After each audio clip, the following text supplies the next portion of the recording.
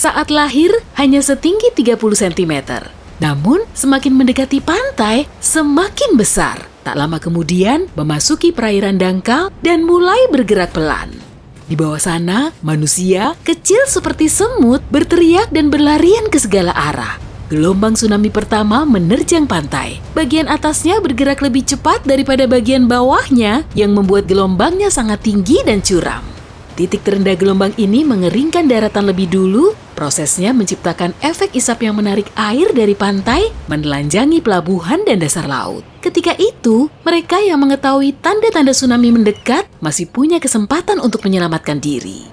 5 menit kemudian, dinding air raksasa menerjang pantai dan menyapu semua yang ada di hadapannya. Tidak hanya satu, tapi ada banyak gelombang. Fenomena ini disebut penjalaran gelombang.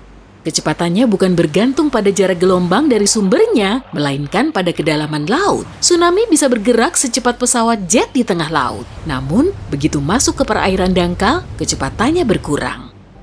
Lain halnya dengan ketinggian tsunami. Di permukaan laut terbuka, seringkali tingginya tak lebih dari 30 cm. Itu sebabnya, pelaut berpengalaman sekalipun mungkin tak menyadari keberadaannya. Tapi tingginya meningkat drastis begitu mendekati pantai. Gelombang yang pertama biasanya bukan yang paling kuat, tapi banyak orang tidak mengetahui hal ini dan membuat kesalahan besar yang terkadang membahayakan nyawa mereka. Setelah gelombang pertama pergi, orang mulai tenang dan percaya bencana telah usai. Karena itulah, gelombang berikutnya yang jauh lebih besar dan kuat bisa menyeret mereka yang lengah. Yang paling mengerikan adalah tsunami bisa bergerak melintasi lautan tanpa kehilangan energi dan bisa melaju ratusan meter di daratan. Dengan jumlah air sebanyak itu, bobot dan dorongannya mampu menyapu semua yang dilewatinya. Mobil, pohon, manusia, dan bahkan gedung-gedung. Gemuruh tsunami yang mendekat lebih kencang daripada suara jet yang lepas landas. Terkadang, tsunami menerjang sebagai aliran deras air berbusa. Di lain waktu, tsunami membuat laut surut, membuat ikan terdampar, dan menggulingkan perahu. Tapi, apa sebenarnya penyebab tsunami? Salah satu bencana alam paling kejam yang menghancurkan segalanya? Pada lebih dari 70% kasus tsunami, penyebabnya adalah gempa bawah laut. Misalnya, pada tsunami tahun 2004 di Indonesia, atau yang dikenal dengan Boxing Day Tsunami, getaran gempa bawah laut menghasilkan beberapa gelombang besar. Yang terbesar bahkan setinggi Arc de Triomphe di Paris.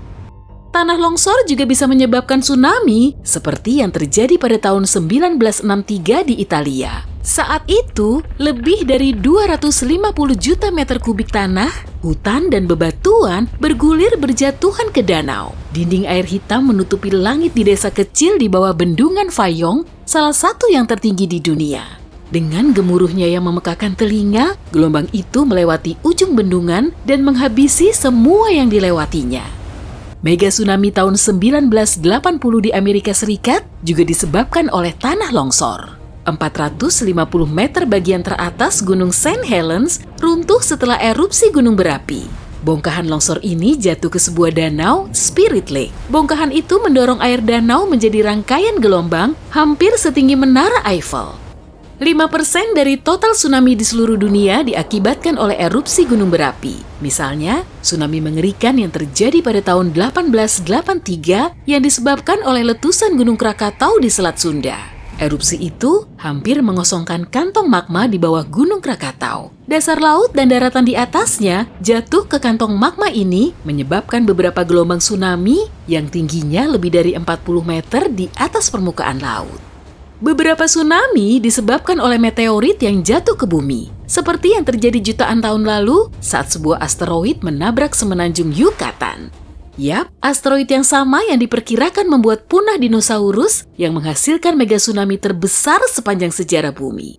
Tinggi gelombang pertamanya hampir 2 kali gedung tertinggi di dunia, Burj Khalifa. Tapi, sekitar 80% dari kasus tsunami lahir di cincin api Pasifik. Kok bisa? Ada alasannya kenapa dinamai demikian, yaitu banyaknya letusan gunung berapi di wilayah ini.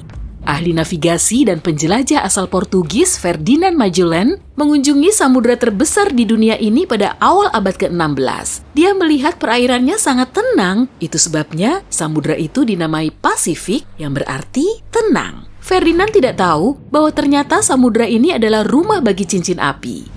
Cincin api merupakan rangkaian gunung berapi dan titik seismik aktif lainnya berbentuk tapal kuda sepanjang 40.000 km. Terbentang dari ujung bawah Amerika Selatan, naik ke pesisir Amerika Utara dan Kepulauan Aleut. Lalu turun ke Jepang, Filipina, dan Indonesia. Setelah itu, memutar ke Papua Nugini, melewati Kepulauan Pasifik Barat Daya, dan berakhir di Selandia Baru.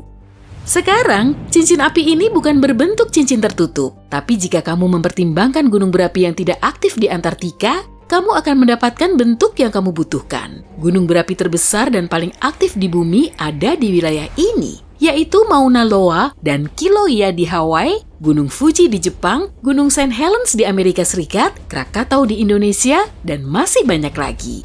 Intinya, rantai gunung berapi ini membentang di Samudra Pasifik dan melewati banyak titik pertemuan dari lempeng tektonik. Yang terbesar adalah lempeng Amerika Utara, Eurasia, Karibia, Antartika, dan sebagainya.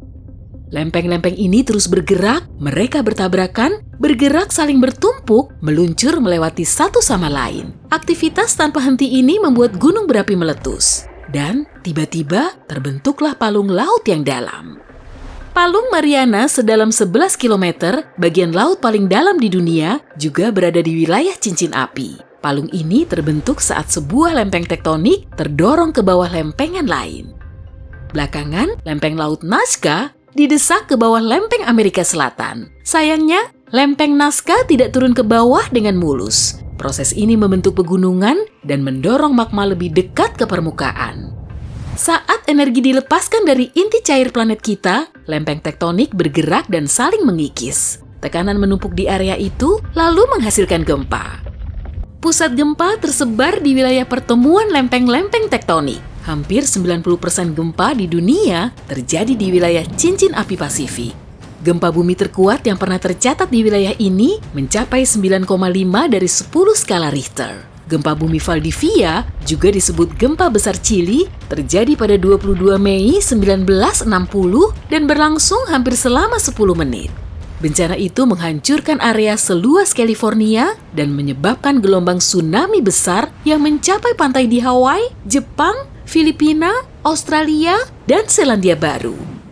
Para ahli sering menjelaskan cincin api sebagai sebuah keterkaitan. Maka, saat bencana alam terjadi bersamaan di sisi yang berlawanan, keduanya tak saling berhubungan. Misalnya, pada tahun 2016, beberapa gempa bumi mengguncang Pulau Kyushu di Jepang.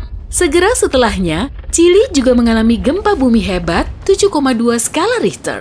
Tapi, kedua gempa ini tidak saling berhubungan. Jarak di antara kedua pusat gempa ini sekitar 16.000 km. Terlalu jauh untuk saling berkaitan. Oh ya, gempa bawah laut membuat dasar laut naik atau turun dalam batas lempeng tektonik. Peristiwa ini memindahkan volume air yang besar dan menghasilkan gelombang yang akan menjadi tsunami. Karena gempa bumi terjadi lebih sering di wilayah cincin api daripada di tempat lain, maka wilayah ini juga sering dilanda tsunami.